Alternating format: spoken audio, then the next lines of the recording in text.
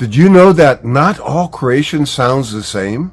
In fact, some dialects in Croatia are surprisingly closer to Slovenian than to Serbian. Today, we're exploring the fascinating differences between Croatian dialects and how history, geography, and even religion help shape them. When people think of the Croatian language, they often picture a single, uniform way of speaking. After all, it's one country, right? But the reality is far more complex.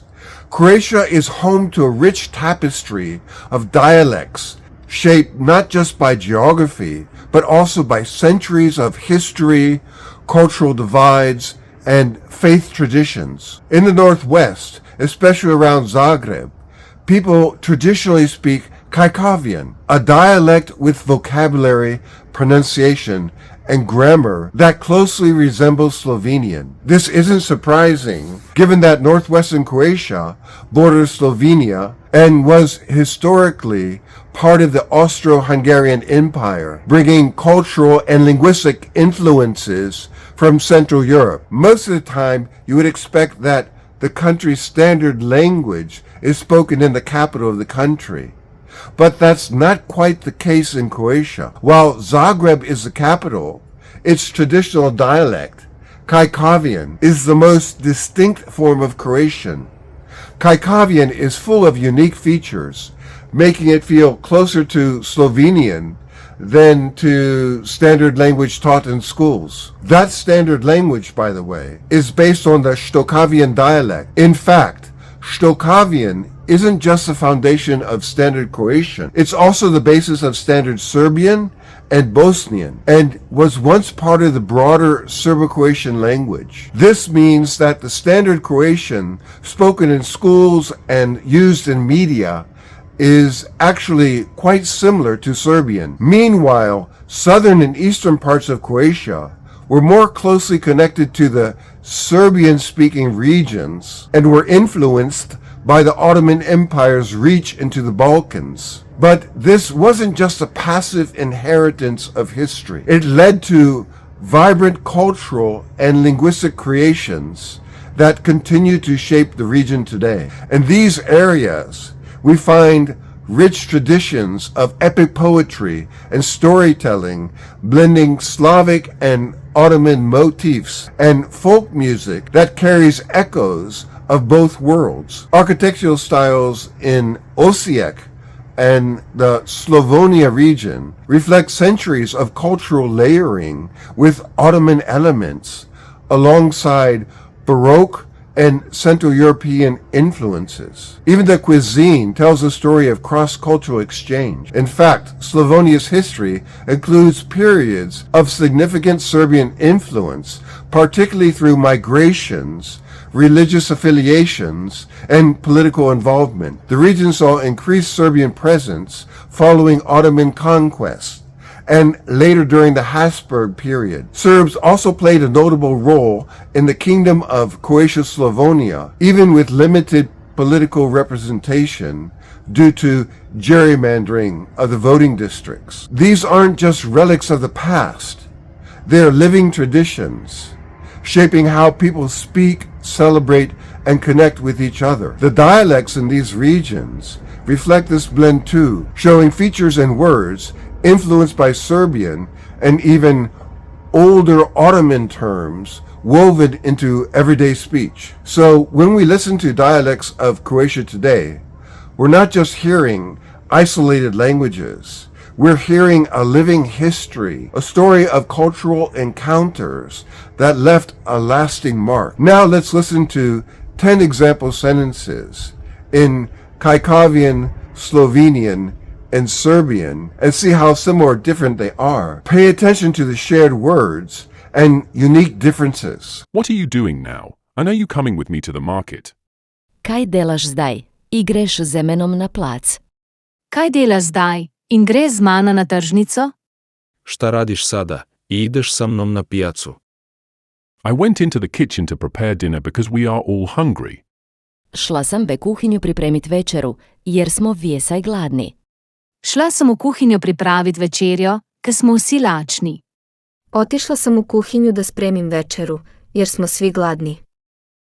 If we don't leave soon, we'll be late for the concert in the city. Jak ne gremo kmalu, bomo zakasnili na koncert v grad. Če ne gremo kmalu, bomo zamudili koncert v mestu. Ako ne krenemo uskoro, zakasnit ćemo na koncert u gradu. Yesterday it was raining a lot, but today the sun is shining beautifully. Jučer je dež padal puno, a danes je sonce lepo.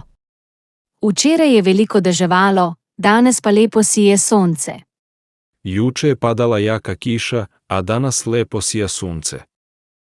I like reading books and listening to music when I am at home.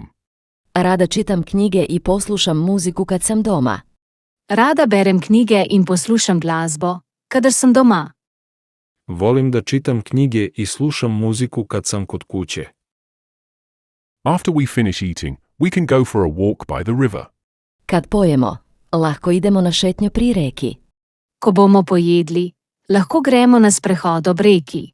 Kada završimo sa jelom, možemo da idemo u šetnju pored reke. She said she was tired and would go to sleep early. Rekla je, da je bila umorna in da bo letin išla spat rano.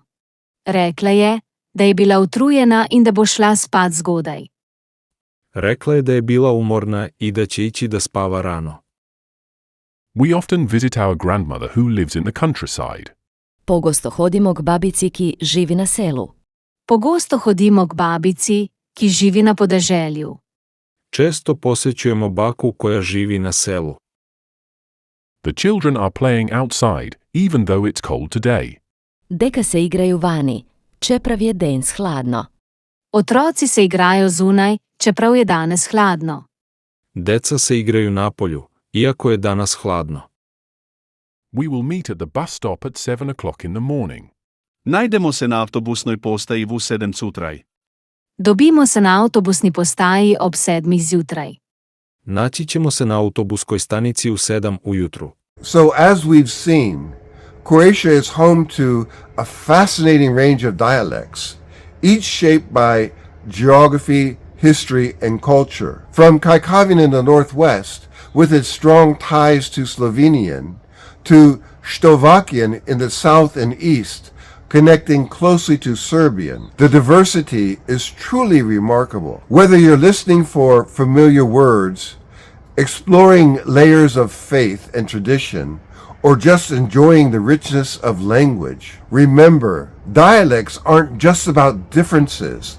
They're about stories and connections that bring us together. Before we wrap up, I want to share something exciting. If you're passionate about languages and cultures, head over to polyglotdreams.com, where you'll find my memoir, A Life in 30 Languages.